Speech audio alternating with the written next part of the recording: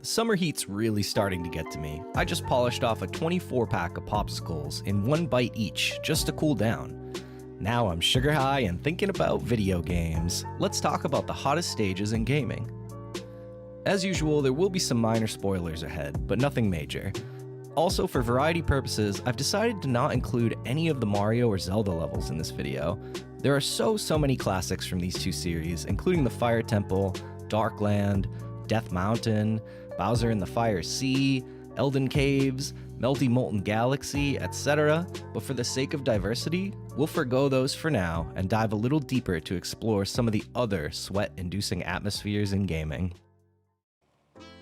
Kicking off the list, at number 10, is Suitor's Domain from Hellblade: Senua's Sacrifice. A narrative-driven 2017 game with its fair share of puzzles complementing the combat, Hellblade is a bit of a love or hate experience for many.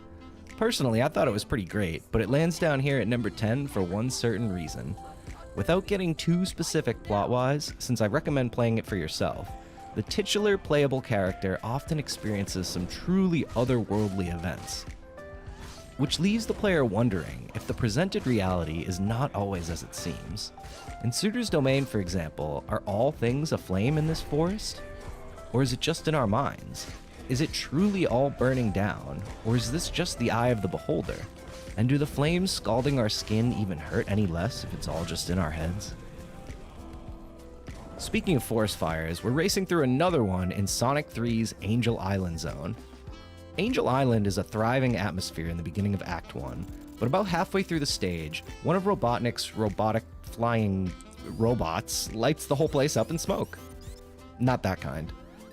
As if that's not bad enough, at the end of Act 2 he's also flying an airship, firebombing whatever poor little animals still remain on the forest floor. Not very eco-friendly, Eggman.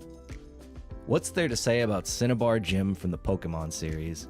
I mean, it's basically a tennis court hanging over a giant pit of fire. Who the hell was their interior designer, Judge Dredd? Originally shown in Pokemon Red, it's been reimagined many times throughout the years via Fire Red, the Stadium series, and of course the anime movies and TV shows. Gym leader Blaine is an old man who runs the local inn but hates tourists, likes to tell weird little riddles to strangers, and if they figure them out, he'll happily bring you down into his basement full of fire. And someone somewhere thought he was qualified to run one of only 8 training facilities in the region, Number 7's Crocodile Cauldron from Donkey Kong Country 2 is not only a volcano, it's an indoor volcano, meaning that all the heat and lava just stays inside this cave, like a horrible banana-filled sauna that smells like creme. The world opens with Hot Head Hop, one of my favorite levels in the game, which has Diddy and Dixie platforming across the stage using crocodile heads to bounce around. Fun fact, since they didn't animate any sort of neck on these things, and the crocodiles are chilling in literal lava, as a kid I just kinda thought they were severed heads. Another really cool level is Lava Lagoon, where the water slowly heats up, simmering you into a nice Kong stew, unless you can cool it off first by jumping on the backs of walruses strewn throughout the level, each of whom will puke a few ice cubes into the water, thus cooling it down. Yeah, 90s games are kinda weird. The Mega Man series is full of hotheads, such as Fireman from the first entry, Heat Man from the second game, and Flame Man from Mega Man 6. Fun fact, I almost went with Fire Mammoth stage from Mega Man X, but then I remembered you can cool his jets by beating Chill Penguin first. But perhaps harder than all of those is Magma Man stage from the underrated Mega Man 9. This 2008 reboot returned the series to classic 8-bit style action, and Magma Man stage has the blue bomber leaping over lava, avoiding heat ray guns, and fighting a flaming dragon, sorta like a 2D version of the one from Ocarina of Time. As is typical of Mega Man games, many of these things are one-hit kills as well, further contributing to the fear of fire that the player must respect. In World of Warcraft's Firelands, it's literally raining fire. Like, how do you even dress for that? Is it a raincoat and umbrella scenario, or no? Probably not. In any case, fields of molten, hordes of fire-based enemies, and a few massive incendiary bosses await in this accurate depiction of what I assume is Arizona in July. As most WoW fans know, An old foe from the early days of Warcraft makes a reappearance in Firelands, and he's looking as balmy as ever. Space heat. It's like Earth heat, but spacier. Several planets from 2016's No Man's Sky regularly hit daily temperatures of around 95 degrees Celsius. That's a whopping 200 degrees Fahrenheit to us Yanks. The heat becomes so extreme that all flora and fauna that may be present at the time will promptly be turned into crispy bits in a firestorm. You'll want to bring a heat shield before venturing into one of these biomes, otherwise you'll be turned into bits too. At least in this game, you can't fly directly into the sun. Ah yes, the mission Out of the Frying Pan from Star Fox 64, the bane of my childhood gaming.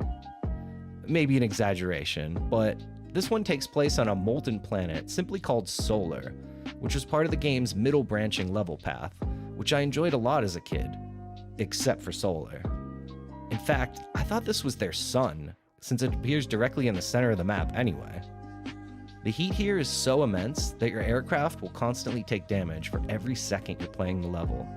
Cool! Luckily, there's plenty of health strewn about the planet to find, and that classic Star Fox 64 gameplay that's always as fun as a day in the sun. Scorpion is Mortal Kombat's most popular character, and probably the video game character with the worst case of acid reflux I've ever seen. It makes sense that, since his insides are basically fire, so too would his home be filled with it. First appearing in Ultimate Mortal Kombat 3, Scorpion's Lair, also aptly called Hell, is decorated with some lovely columns of piled up skeletons, and even comes complete with its own stage fatality. The stage was then reimagined in the 2011 edition of Mortal Kombat, and is even more gruesome, upgraded in violence as the still squirming living bodies of Scorpion's vanquished enemies can be seen directly in the background. And the stage fatality is updated as well, making the original seem quaint in comparison. Kinda funny the old games caused such a stir by 90s standards, but here we are in 2011 and things have already moved on. That's one heck of an exfoliating.